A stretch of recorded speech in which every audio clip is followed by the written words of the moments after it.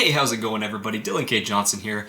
Hopefully you enjoyed that quick little workout B-roll edit from today's maximum effort upper body day.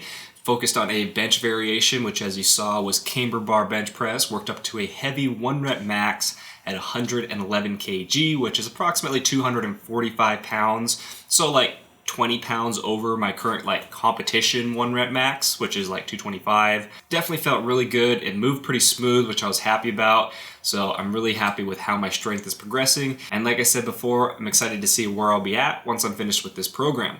But let's move on to the topic of today's video, and that's gonna be my favorite post-workout or meal replacement smoothie that I have almost on a daily basis. I make this literally almost every single day, not necessarily as a post-workout, but anytime I'm looking for a really quick and easy meal. This is great to just throw into a blender, blend it up, and take it with you on the go. I used to make this all the time before I went to work, or anytime you're craving something really sweet, such as ice cream, but you really want to stick to a nice, solid, clean diet. Another thing that this is great for is if you struggle to get in your daily serving of fruit, this is going to help you with that. So, as you can see, I've got everything we're going to need here out in front of me.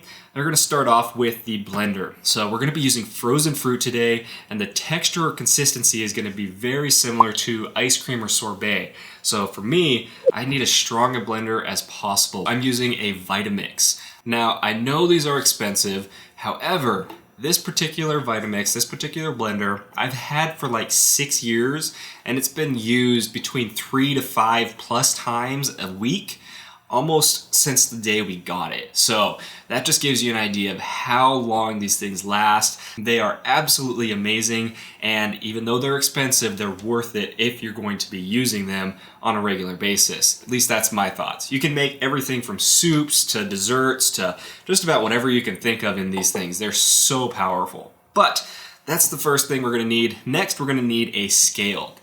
Now, ingredient wise, I'm going to throw everything up on screen as I go through it in the order we're going to be using it.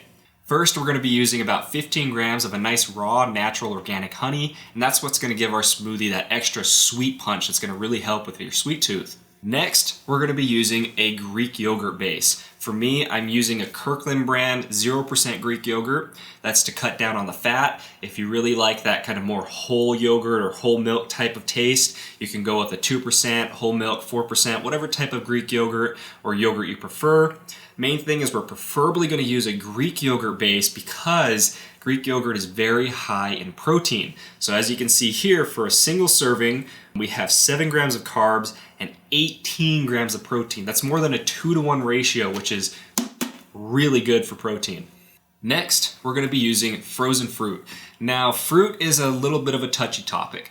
A lot of times what I prefer to do when I have the funds and the time is get fresh fruit, cut it up, and freeze it myself. However, 99% of the time, I purely don't have the time to do that, or fruit is not normally in season, so I'm not able to get it at a reasonable price. So what I resort to is going to Costco. Costco has some of the best prices on big, huge bags, as you can see, of frozen fruit. These bags are usually about $8 or $9, and they have between like 4 to 6 pounds. This guy's got 5 pounds of frozen mango.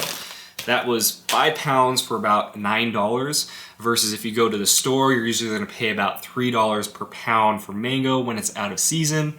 Even when it's in season, you're lucky to get it for about $1 a pound at most. So super great price on frozen fruits. They're all pretty much about the same. Now, I did actually catch a really good sale on strawberries not long ago, so I picked up like 12 or 14 pounds of them for about $5 or $6. They were insanely cheap because they were just finishing their season, so they were trying to get rid of them. So I did pick up some nice fresh organic strawberries, cut them up, and froze them myself. But normally I would get the big bag from Costco. Now, with all these frozen fruits, we're going to be using 100 grams of each one for today's smoothie. So we've got 100 grams of frozen strawberry, 100 grams of frozen mango, and finally 100 grams of frozen pineapple. Now to top it off, we need some kind of liquid base in order to let it blend a little easier. And for me today, I'm using 2% milk. If you don't want to use 2% milk, or if you don't want to use milk in general, you can replace this with, say, almond milk, skim milk, 4% whole milk, coconut milk, anything you really want. We just need about half a cup or 4 ounces or 120 milliliters of some type of liquid base. That's gonna really allow this smoothie to blend a little easier. So most of the time I actually will use unsweetened almond milk because it's very low in calorie and you can't really even taste it. Now that we've got all of our ingredients laid out, I'm gonna put the macro breakdown on the screen while I go through it somewhere over here. So we're gonna have about 29 grams of protein, 58 grams of carbs, and then approximately 3 grams of fat per serving. And this whole recipe is gonna make about 1 full 16-ounce blender bottles worth of smoothie. So it's a pretty large meal, it's really good, and if you really need that extra calories, you can always double it in order to get that extra protein and extra carbs in. But like I said, we're only gonna be making 1 serving today because I don't need that extra volume right now. All right, now that we've covered all the ingredients and the macro breakdown, let's start making the smoothie.